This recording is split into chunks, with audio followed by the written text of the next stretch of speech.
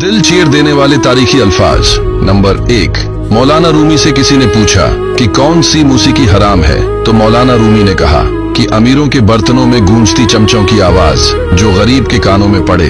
Number 2, Zulfikar Ali Bhutto ने कहा था कि हम घास खा लेंगे मगर पाकिस्तान को इटमी पावर बनाएंगे। नंबर 3, जब लीबिया की अवाम कर्नल कजाफी को सड़कों पर घसीट रही थी तो कर्नल कजाफी ने आहें भरते हुए कहा था कि अगर मैं मर गया तो तुम्हारी सारी खुशियां साथ लेकर जाऊंगा। नंबर 4, सदाम हुसैन ने एक फलस्तीनी औरत के आंसू देखकर कहा था कि मुझे कसम है मैं इसराइल का आधा हिस्सा जला दूंगा। नंबर 5, डॉक्टर अब्दुल कदीर खान ने कहा था कि जितना दुख मुझे अपनों ने दिया है इतना दुख कोई और नहीं दे सकता।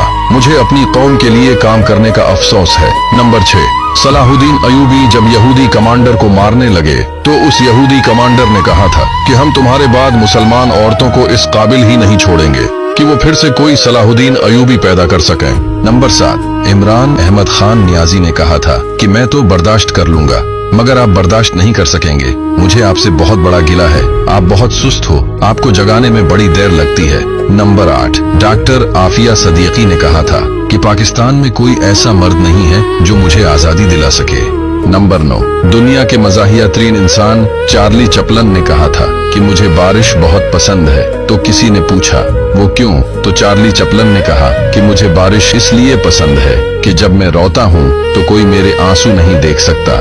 नंबर 10, एक जादूगर ने कहा था कि मैं टोपी में से सब कुछ निकाल सकता हूँ, तो एक यतीम बच्चा खड़ा हुआ और कहा कि क्या आप टोपी में से मेरी माँ निकाल सकते हैं। नंबर 11, एक शामी बच्चे ने मरते वक्त कहा था कि मैं अल्लाह पाक को सब कुछ बताऊंगा।